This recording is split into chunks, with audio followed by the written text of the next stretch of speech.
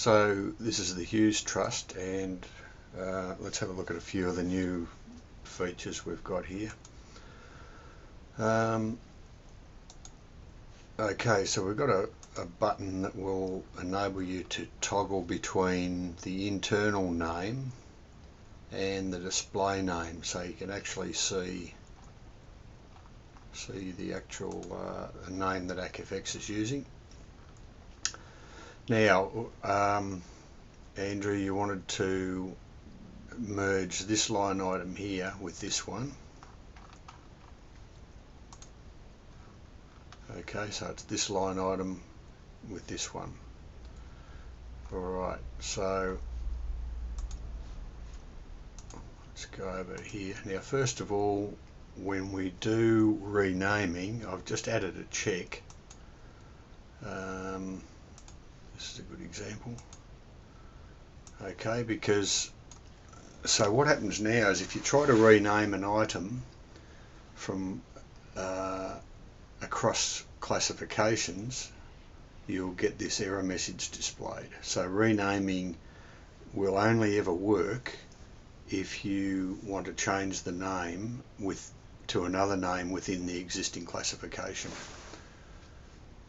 You could, of course, choose a new name entirely, in which case it would work, but if you wanted to map from an old name to a new name that's already existing, then it has to be in the same classification. So that would mean that when you get that error, you'd come over here and reclassify the item accordingly to get it into the same classification, and then you can go on renaming. It's better to break that down into two separate steps, I think, and as long as that's documented and users are trained on how to use that, then that will work. Now, the qualifier is that HP depreciation items have got their own procedures, and that's because they've got their own classification which sits on top of the chart of accounts. So that means that if we want to rename and reclassify a HP item or a depreciation item, we don't go to the renaming section and we don't go up here to the classification section.